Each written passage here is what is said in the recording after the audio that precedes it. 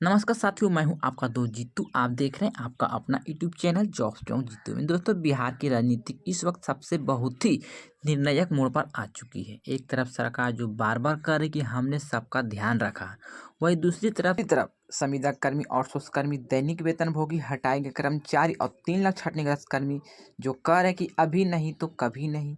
और इसी बीच सबसे बड़ा सवाल उठता है कि ग्राम रक्षा दल, न्याय मित्र, बेल्टन कर्मी, आंगनबाड़ी सेविका, सहायिका के लिए खुशखबरी आने वाली है। तो आइए दोस्तों विस्तार से जानते हैं, लेकिन उससे पहले आपसे छोटी सी रिक्वेस्ट भी करते हैं कि अभी तक चैनल को सब्सक्राइब नहीं किए हैं तो कृपया करके चैनल को सब्सक्राइब कर लीजिएगा। वीडियो पसंद आएंगे तो वीडियो को लाइक कीजिएगा, वीडियो को शेयर कीजिएगा, साथ में बेल वाला आइकन को प्रेस करके रख लीजिएगा, जिससे कि भविष्य में कोई भी अपडेट, कोई भी जानकारी आपको टाइम पर नोटिफिकेशन के माध्यम से मिलते रहेंगे। तो चलिए दोस्तों, ज़्यादा समय नहीं लेते हैं, वीडियो को करते हैं स्टार्ट। बस आप लोग सावधानीपूर्वक वीडियो को अंत तक देखिएगा। अगर आपके लाइक लाभदायक होंगे तो वीडियो को ज़्यादा से ज़्यादा शेयर लाइक ज़रूर कीजिएगा। देखिए, किसी भी चुनाव से पहले सरकार की सबसे बड़ी कोशिश होती है जन भावनाओं को अपने पक्ष में बनाए रखना। और बिहार में आज जो माहौल बना है वो सीधे सीधे कर्मियों की राहत और हित से जुड़ा हुआ है।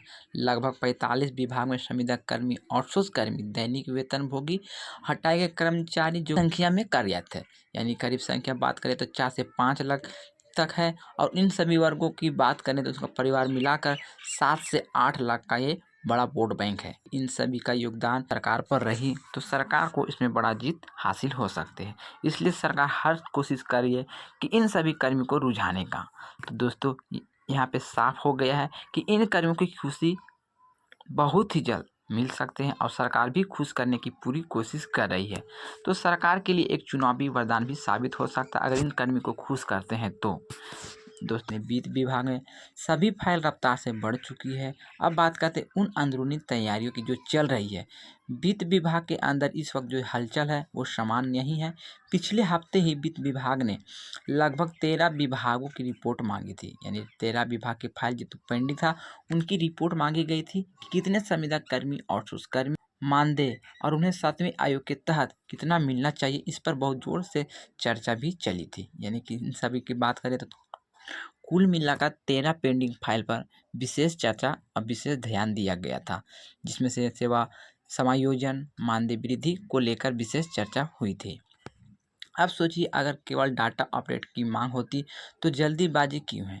स्पष्ट है, सरकार चुनाव से पहले कोई भी बड़ा हानिक निर्णय लेना चाहती है। तीसरा में देखिएगा मुख्यमंत्री की बैठक, आचार संहिता से पहले आखिरी योजना। अब बात करते हैं मुख्यमंत्री की राजनीति की दोस्तों। तो यहाँ पर विश्वसनीय सूत्रों के अनुसार मुख्यमंत्री नीतीश कुमार ने अपने सचिव, वित्त सचिव और कार्मिक विभाग के प्रधान सचिव से अलग अलग विभाग की फाइल मंगवाई है। मुख्यमंत्री ने साफ कहा है कि जिन वर्गों का मामला वर्षों से पेंडिंग है उन्हें अब हल किए जाएंगे। चुनाव से पहले जनता को ये, यानी कि मुख्यमंत्री खुद अब कैबिनेट की फाइल लिस्ट पर नज़र रख रहे हैं। तो चौथा में देखिएगा दोस्तों, किन किन कर्मियों की सबसे पहले राहत मिल सकती है, इस बात को आपको ज़्यादा ध्यान देनी है और यहाँ पे समझनी भी है। अब वो हिस्सा जो हर किसी को जानना बहुत ही आवश्यक है, कौन कौन से कर्मी को मिलने वाली सबसे पहले राहत। तो चलिए एक एक करके जानते हैं। बस आप लोग वीडियो को सावधानीपूर्वक देखिएगा। वीडियो पसंद आएंगे तो वीडियो को लाइक, वीडियो को शेयर, चैनल को सब्सक्राइब जरूर करना। दोस्तों, इनके लिए मानदेय वृद्धि, सेवा समायोजन का प्रस्ताव तैयार होकर वित्त विभाग तक पहुंच चुकी है। किनका बात करें तो आईटी सहायक और बेल्टन कर्मी की लेकर अब बस मुख्यमंत्री की मंजूरी बाकी है। अगर सब कुछ समय पर हुआ तो ये फाइल अगली कैबिनेट में शामिल हो सकती है।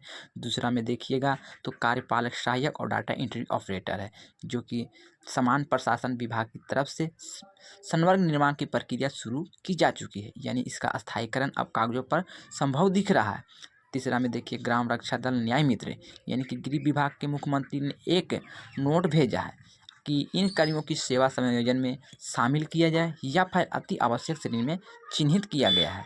चौथा में देखिएगा आंगनबाड़ी सेविका, सहायिका, जीविका और रसोईया को लेकर महिला एवं बाल विकास विभाग ने प्रस्ताव तैयार किया है।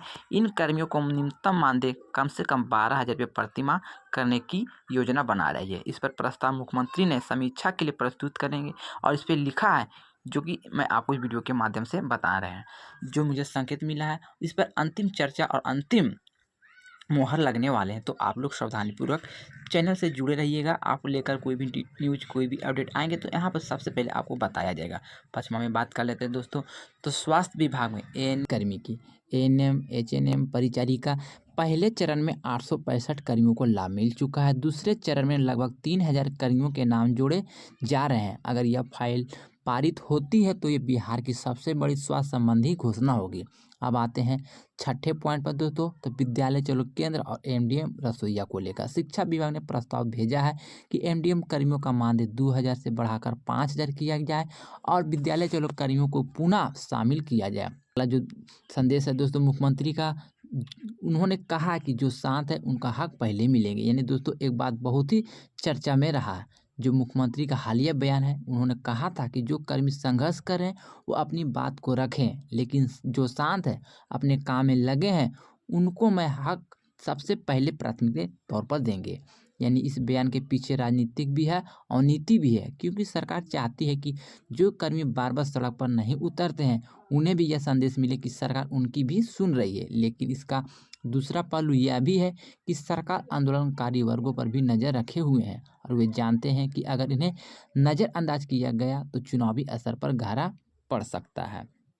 दोस्तों अब आते हैं चुनावी एजेंडे और कर्मचारियों की कार्ड पर। अब जरा राजनीतिक के मैदान में चलते हैं। हर बार चुनाव से पहले कुछ ऐसे माहौल होते हैं जो जनता को दिल छू जाते हैं। इस बार भी सरकार कह रही है कि कर्मचारी को लेकर सबसे बड़ा हथियार साबित हो सकता है।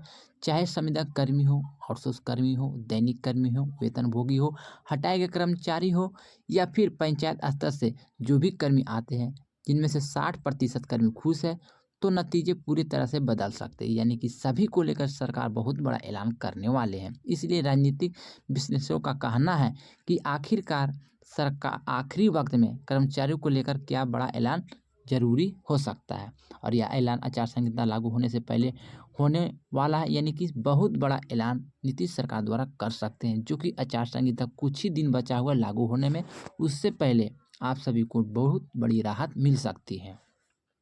अब आते हैं दोस्तों आखिरी कैबिनेट बैठक की, जो सब कुछ बदल सकती है। यानी जितना भी निर्णायक मूड है वो लास्ट कैबिनेट बैठक से ही सभी को लाभ मिलने वाले हैं। यानी कि आखिरी कैबिनेट बैठक है, यानी एक बैठक और होने वाला है।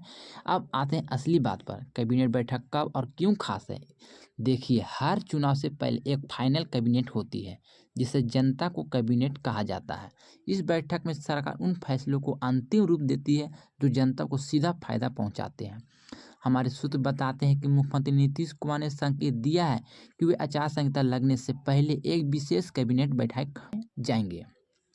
यह बैठक केवल कर्मचारियों और जनहित के प्रस्ताव के लिए होगी और अगर ऐसा हुआ तो ये बैठक होगी साल 2025 की ऐतिहासिक बैठक।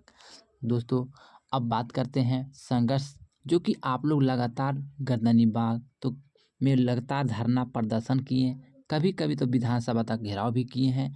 उनका असर सरकार तक गूंज चुकी है और सरकार तक पहुंच चुकी है।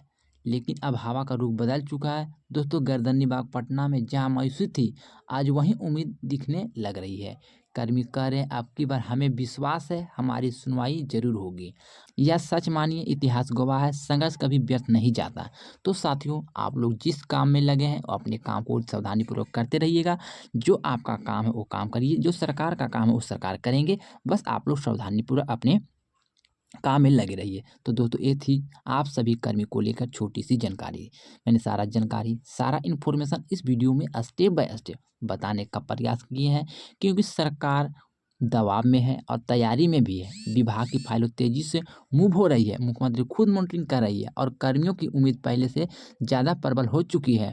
तो आने वाले हफ्तों में, आने वाले दिनों में कैबिनेट की तारीख का अनुमान तय है और अगला फैसला कि आएंगे तो कर्मियों को लेकर भविष्य बदल सकता है। तो दोस्तों मैंने सारा इन्फॉर्मेशन सारा जानकारी इस वीडियो में स्टेप बाय स्टेप बता दिए हैं। फिर भी अगर कोई जानकारी हमसे छूट गए, बोलने में मिस्टेक हो गए, तो आप अपना छोटा भाई समझ के क्षमा कीजिएगा।